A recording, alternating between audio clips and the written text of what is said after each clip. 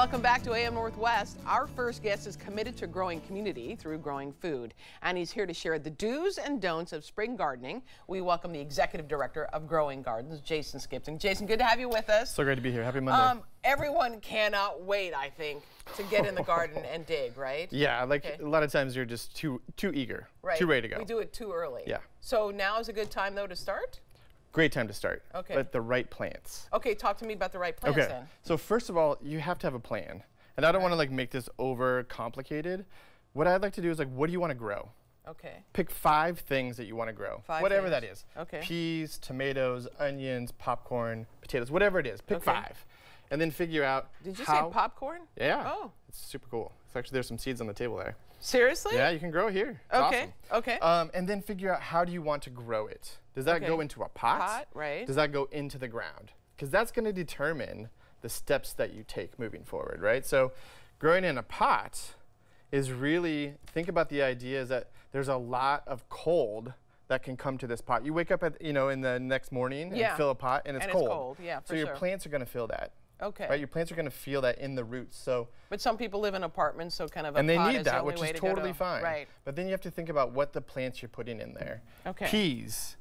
Pea starts are a really great way to get started in growing peas now. Oh, okay. This is already probably a month ahead of time as opposed to putting seeds directly into the ground. Okay. Right, so think about what you're doing, going outside. If you have to have a jacket on when you go outside at night, it's cold. Yeah. You don't want to do tomatoes yet. You got to wait till Okay. Right, so we're getting very close. And Everyone's I see strawberries super excited. here. Yeah, so strawberries are another great plant to be putting into the ground. Now. Like right now. Because, they're one of our first fruits that come out. June, they're going to be coming out. So the idea is like, okay, we're going to pick a pot. We want to grow a strawberry. Right, so we're going to do a little pot up here, right? So you buy these in the store and they're plugs.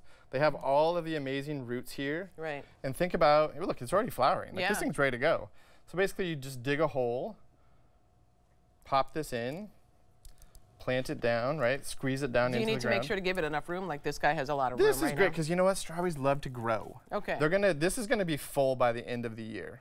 With just that one? With just that one plant. Really? Right? So you can't overcrowd either. Okay. A cool thing that you could do then, right, is like pick the right tools. Right? This is a really cool Oregon-made red pig tool called a Hori Hori trowel. This is going to be like your workhorse around the garden. It does everything, doesn't it? Everything, right? So it's a straighted edge. It's got a sharp edge on the side. You can also dig and cultivate the soil, right? That's also something that's very important is getting air into the soil here. Okay. And then how often do you know to water? Is it you want the dirt, the soil moist? Yeah, you do. You don't want it to dry out, especially that's the big thing with pots. That can be a problem. They dry out too much. Okay. So thinking about where do you put this? Is it in direct sunlight? Is it in the shade? Is it getting too much sun where it actually will dry out in a matter of hours? So you have to be really cautious about watering. Okay, with strawberries, where do you put them? Yeah, they love the sun. But I would just monitor how much water that they're actually getting. Okay. So a lot of times what people might think is like, okay, I want to do tomatoes right now. Right. Well, I just bought these. Went to Garden Fever over the weekend, bought these amazing plants. First week they're out. They're not ready for the ground yet. You want to have nighttime temperatures in the 50s. Oh, really? Yeah. Okay. Big thing is soil, soil temperature. A lot of times we don't think about what is actually the temperature of the soil. This is a thermometer for soil. So you put it in the ground and it actually gives you a reading. Oh, this one's 60 degrees. This one's ready to go to put in. So you have to really factor in what is the soil temperature. Okay, gotcha. Right? So pick the right spot, the right container, the right plants for the right time, the right tools. This is also good for getting weeds out too, isn't it? Amazing. Yeah. I would also say a lot of times people are really concerned about, am I doing the right thing? Try. If you have questions. I mean, look at Tammy. What she tried. Yeah, she tried something pretty crazy, right? Yeah. Okay. So thinking about for us is we do garden consultations. We have free garden consultations for people. So you can come to somebody's house and tell them whether their soil, for instance, their garden, is going to work or if they need to add something to it? Yeah. Okay. And talk about what are their goals. Yeah. What do they want to grow? What do they want to eat? So the peas, pea vines, would we put them in now? Can we put them in now? Yes, peas are great right now. You can also do pea seeds. But the thing is, what happens right now at this time when it's so damp and cold?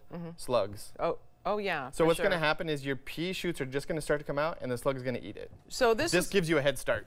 Yeah, this is a starter. Yep. Versus a seed. Yep. Okay. So you have to also factor that in. Are you doing a seed or are you doing a plant? And for us, in this climate, you can't put a tomato seed in the ground and actually get tomatoes by the end of the season. Oh. You need to start with a tomato plant. Oh, right? Okay. So a lot of times people say, I can't grow tomatoes here. Right. Because you started with a seed. This is already 2 months ahead of time. Yeah, I would just go right to the starter. This is where you really want to Why get waste your time? Your plants in. You have little baby potatoes here, so tell me about them. These are one of my favorite things to grow. So I have 2 little kids. This is like a treasure hunt, right? So have you had this happen where you have potatoes on the counter and they start to grow these little eyes? Oh yeah, sure. Right? So this is the seed. This is the a eyes perfect are the time. seed. Yeah. Well, no, this whole thing is. This is whole basically thing. going to start creating the plant. Oh, okay. So it's going to grow out of here. Okay. And so this is the time to put it in the ground. Just and like bury that. it. Yep, just like this. Okay. As you start to see these eyes start to come out, then you put it in the ground and you cover it with dirt. Okay. In a couple of weeks, you'll start to see the shoots come out. Wow. Right? And when it's ready, the plants will die back. Yeah. Then you can get your kids with their hands in the soil and actually do a treasure hunt for potatoes to see how many they can get. And I bet you they want to eat more because they grew them. 100%. Yeah, 100%. I think that's great. What are some ideas you have over here? So you have tomato seeds. These are more tomato seeds, flower seeds. I love planting flowers, edible flowers, anything kind of flower arrangements. This is another one of my favorite tools. This is a Japanese weeding tool.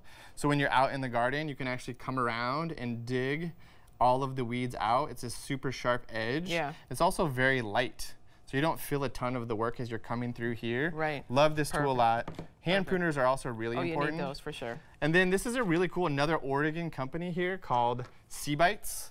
And you can actually create your own trellis systems. Oh, great. With these little clip-ons, right? Yeah. So they clip on here and you can create more around them and then build the structure as you go. Look at that. Super fun. Yeah, I've been using chopsticks and tape, so that works really well. These ones, and you can actually, it's kind of like Legos. Oh, I for love adults. it. I love it. You mentioned that you could go to someone's house and do the consultation. Yep. So anybody, anytime? Yeah, come to our website, Growing Gardens, growing-gardens.org. Okay. Check it out. We also have people who will get online, do FaceTime, come out to sites, and actually give you advice. Yeah, like you can show us, okay, what do you want to do? What's your soil look like? Gotcha. And we'll talk them through the process. Oh, that's perfect. Oh my goodness. Okay, if you would like to find out more, we're going to put all the information on our website at k2.com, Growing Gardens, all the info, as I said, on k2.com. Jason, thank you so much. Thanks so much for having me. Great advice. Get out there and plant. All right, I'll grab this little potato. Yes. All right, we'll be right back with more AM Northwest. Don't go away.